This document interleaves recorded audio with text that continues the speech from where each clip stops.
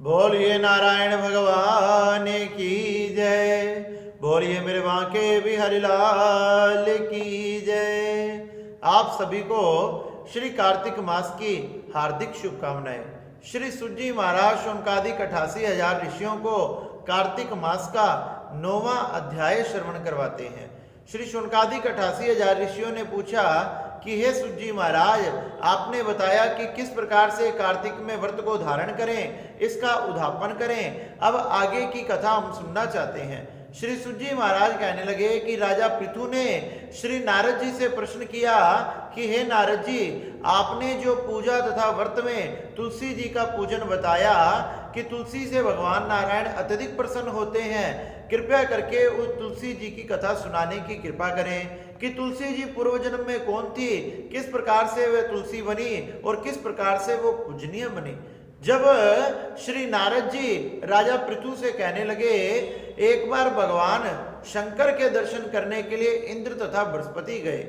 इंद्र तथा बृहस्पति के मन में विचार हुआ कि हमने कैलाशपति भूतनाथ भगवान शिव शंकर के दर्शन करने चाहिए। उनके दर्शन के लिए वह कैलाश पर्वत की तरफ जाने लगे। जैसे ही कैलाश पर्वत की तरफ जाने लगे तो भगवान शंकर के मन में आया कि मैंने अपने इन भक्तों की परीक्षा लेकर देखना चाहिए। तो भगवान शंकर ने क्या किया, उनकी परीक्षा लेने के लिए एक दिगंबर का रूप बना लिया और दिगंबर का रूप बनाकर कैलाश पर्वत से नीचे उतरकर जाकर बैठ गए, आसन लगाकर बैठ गए। सामने से इंद्र देवता तथा बृहस्पति आ रहे थे। इंद्र देवता तथा बृहस्पति आ रहे थे। भगवान शंकर दिगंबर के रूप में उनके रास्ता रोककर बैठ गए। भगवान शंकर से वह इंद्र तथा बृहस्पति कहने लगे, इंद्र ने कहा कि हे बालक, तुम कौन हो?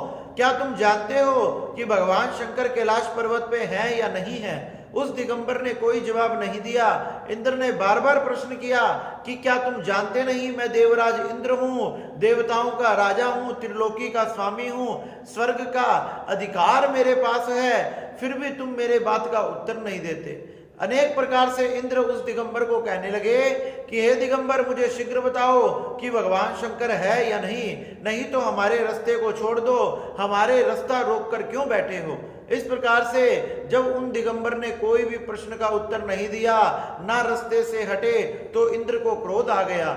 इंद्र कहने लगे, अब तुम्हें मेरे क्रोध से कौन बचा पाएगा। जैसे ही इंद्र ने अपना हाथ ऊपर किया, इंद्र के हाथ में वज्र प्रकट हो गया।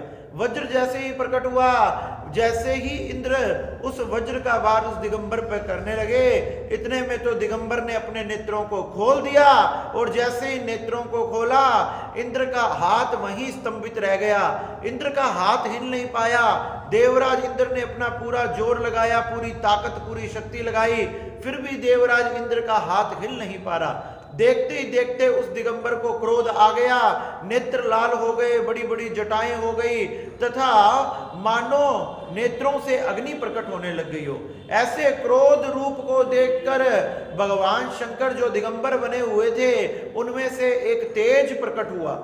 जैसे ही इंद्र ने देखा कि ये तेज हमें जलाकर भस्म कर देगा, देवगुरु बृहस्पति ने देखा कि ये तेज तो इंद्र को खत्म कर देगा और मेरे को भी खत्म कर देगा, ये कौन है, ये कोई आम पुरुष नहीं हो सकता। इतने में ही देवगुरु बृहस्पति जी ने अपने नेत्रों को बंद किया और नेत्रों को बंद करके देखा, अरे ये तो साक्षात भगवान शिव शंकर हैं। जैसे ही पता लगा भगवान शिव शंकर है, चरणों में प्रार्थना करने लगे कि हे महादेव, हमारी रक्षा करो, हे दीनानाथ, आप हमारी रक्षा करो। आप तो भक्तों की रक्षा करने वाले हो, भक्तों के जीवन को सार्थक करने वाले हो, आप हमारी रक्षा करो। इस अग्नि वाले तेज से, जो अग्नि से तेज प्रकट हुआ है, इससे हमारी रक्षा करो, नहीं तो इंद्र के प्राण निकल जाएंगे। ऐसे बार बार जब बृहस्पति जी ने और इंद्र ने प्रार्थना करी, तो भगवान शंकर जो दिगंबर के भेष में थे वो प्रसन्न हो गए। कहने लगे कि हे बृहस्पति, मैं तुम्हारी प्रार्थना से, स्तुति से प्रसन्न हूं, लेकिन जो मेरे नेत्रों से ये तेज प्रकट हो चुका है, ये अब निरर्थक नहीं जा सकता। इसलिए अब तुम्हारी रक्षा के लिए मैं इसे क्षीर सागर में डाल देता हूं। इस प्रकार से इंद्र भगवान ने और बृहस्पति जी ने जब भगवान शंकर के चरणों में प्रार्थना करी, तो भगवान शंकर ने उस तेज को क्षीर सागर में डाल दिया।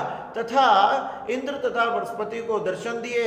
इंद्र तथा बृहस्पति भगवान के दर्शन करके कृतार्थ हो गए तथा बड़ा ही आनंद प्राप्त हुआ और भगवान शंकर ने उनको अनेक प्रकार के आशीर्वाद देकर उन्हें विदा कर दिया। इस प्रकार से भगवान शंकर दिगंबर रूप को त्याग कर और फिर से कैलाश पर्वत पर जाकर बैठ गए। इस प्रकार से श्री सुत जी महाराज ने शौनकादिक 88,000 ऋषियों को बताया कि किस प्रकार से भगवान शंकर में से एक अग्निमय तेज प्रकट हुआ और जो क्षीर सागर में डाल दिया गया। बोलिए नारायण भगवान की जय, बोलिए शंकर भगवान की जय।